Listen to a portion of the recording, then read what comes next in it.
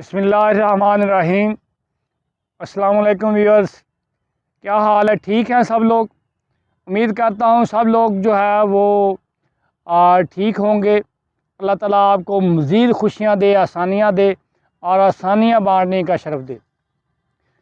پچھلی ویڈیو میں ہم نے پیاز کے حوالے سے بتایا تھا کہ پیاز آپ نے کیسے لگانا ہے اور اس کے لیے ابتدائی مراحل میں کیا کچھ آپ نے کرنا ہے، کیسے جو ہے کون سی جگہ پہ لگانا ہے، اس کے لیے کون سا میتھڈ اڈاپٹ کرنا ہے اور کون سی کھادیں جو ہے وہ استعمال کرنی۔ آج جو ہے کچھ لوگوں کی بھرپور جو ہے وہ خواہش پہ اور انہوں نے ہمیں جو ہے بہت ساری فون کال کی ہیں کہ پیاز کی کھاد کے حوالے سے ہمیں بتائیں کہ پیاز کا کھاد کا پلان کیا ہے اور ایک اچھی جو ہے بھرپور جو ہے فصل لینے کے لیے ہمیں کیا کچھ کرنا چاہیے۔ پیاز جو ہے بیسیکلی ایک بلب اسکراپ ہے اور بلب اسکراپ کے لیے دو تین چیزیں جو ذہن میں رکھنا ہے کہ اس کی کھاد میں نے پڑھا ہے کہ بہت ساری جو ہے ریسرچ کی ہے کہ اس کو فاسفورس زیادہ نہیں چاہیے، اس کو یوریا اور پوٹاش زیادہ مقدار میں چاہیے۔ بہت سارے سائنسدانوں نے ریسرچ میں لکھا ہے کہ تھوڑی سی یوریا بھی اپنا بے شک آدھا بیگ ہو وہی کافی ہے 1 ایکڑ میں، اور پوٹاش اور فاسفورس جو اپنا جو ہے یوریا اور پوٹاش جو ہے وہ کم سے کم جو ہے وہ 50 kg جو ہے پر ہے کہ اپنا ایکڑ کے لیے ریکمینڈ کیے۔ اب دیکھیں اگر بوریوں کے حوالے سے ہم ڈسکس کریں، اس کا ایک بیلنس نیوٹریشن جو ہے اگر آپ ہائیبرڈ لگاتے ہیں یا دیسی پیاز لگاتے ہیں تو اس کی پیداوار کے لیے ایک بیلنس نیوٹریشن جو ہے وہ 50 اور 50 ہے۔ NPK، نائٹروجن، فاسفورس اور پوٹاش، یہ تینوں کھادیں جو ہے وہ تینوں ایکول کوانٹٹی میں آپ ڈالیں۔ اب تینوں ایکول کوانٹٹی میں ڈالنے کا مقصد یہ ہے کہ کم سے کم 2 بیگ جو ہے وہ یوریا کے لیے اس کے لیے ریکمینڈ ہے، 2 بیگ جو ہے اس کے جو ہے وہ فاسفورس کے ریکمینڈ ہے اور 2 بیگ جو ہے وہ پوٹاش کے ریکمینڈ ہے۔ اب آپ نے کرنا کیا ہے کہ DAP کے 2 بیگ جو ہے وہ نیچے ڈال دینے ہیں اور DAP اپنا جو ہے پوٹاش کے اس میں SOP کے 2 بیگ جو ہے وہ نیچے ڈال دیے۔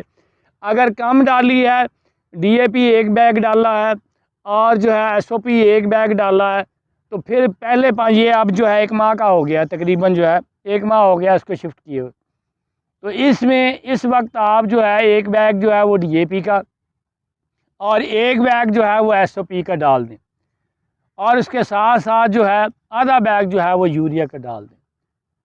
تو یہ آپ کا جو ہے وہ پروڈکشن اپنا جو ہے کھاد کا پلان ہے۔ اس کے بعد 10 دن بعد آپ نے پھر آدھا بیگ جو ہے وہ یوریا کا اور اس کے ساتھ ساتھ کوشش کرنی ہے کہ سلفر اگر آپ اس میں استعمال کر دیں تو سلفر اس کے لیے بہت بیسٹ ہے، کیونکہ سلفر اس کا بیسک انگریڈینٹ ہے پیاز اور لہسن میں۔ وہ 4 سے 5 kg جو ہے وہ سلفر جی اگر تو پہلے آپ نے دوسرے پانی پہ یا تیسرے پانی پہ فلڈ کر دی ہے تو ٹھیک ہے، اگر نہیں کی تو اس وقت جو ہے سلفر بھی 4 سے 5 کلو جو ہے پانی کے ساتھ وہ بھی فلڈ کریں۔ اور دوسری بات، ایک ٹیکنیکل بات جو ہے یہ دیکھیں کہ آپ کے پاس اگر جو ہے وہ دوسرا ہیومک ایسڈ اگر وہ بھی مل گیا ہے وہ تقریباً وہ بھی آپ 10 سے 15 kg جو ہے وہ بھی پانی کے ساتھ فلڈ کر دیں۔ اگر آلریڈی کر دیا ہے تو ٹھیک ہے، نہیں کیا تو آج یا 10 دن بعد نیکسٹ اگلے پانی پہ ہیومک ایسڈ جو ہے وہ بھی اپلائی کر دیں۔ اس سے ایک تو زمین کی آپ کی جو کمپیکشن ہے وہ ختم ہو جائے گی اور زمین میں جو بلب کی جو روٹس ہیں وہ اچھی طرح گرو کریں گے۔ اب پیاز پہ یہ چیزیں آپ نے مد نظر رکھنی ہیں اور کوشش کرنی ہے کہ NPK اگر آپ کو اچھا مل جاتا ہے 20-20-20 والا، بے شک جعفر کا ہو یا سنجنٹا کا ہو، تو اس کے بھی 2 سے 3 سپرے اوپر سے اپنے کرنے ہیں، ایز اے فولیئر کرنے ہیں۔ تو یہ ہے وہ پروڈکشن پلان جس سے آپ جو ہے ایک بھرپور، اگر دیسی آپ کی ورائٹی لگائی ہے وہ بھی آپ 200 سے 300 من جو ہے وہ پیداوار لے سکتے ہیں۔ اگر آپ نے ہائیبرڈ لگایا ہے تو وہ بھی آپ جو ہے تقریباً جو ہے 500 سے 600 من جو ہے وہ پیداوار لے سکتے ہیں۔ تو اسی کے ساتھ جو ہے میں اجازت چاہوں گا۔ ہماری نیکسٹ ویڈیو جو ہے پیاز کے حوالے میں، اس میں ہم آپ کو بتائیں گے کہ پیاز میں اور کون سی چیزیں جو ہے آپ نے وہ اختیار کرنی ہیں۔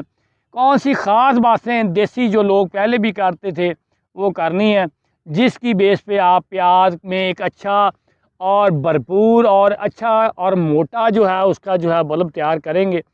تو امید کرتا ہوں آپ جو ہے ہمارے ساتھ رہیں گے۔ اسی کے ساتھ میں آپ سے اجازت چاہوں گا۔ اللہ تعالیٰ آپ کو آسانیاں دے اور آسانیاں بانٹنے کا شرف دے۔ اللہ حافظ۔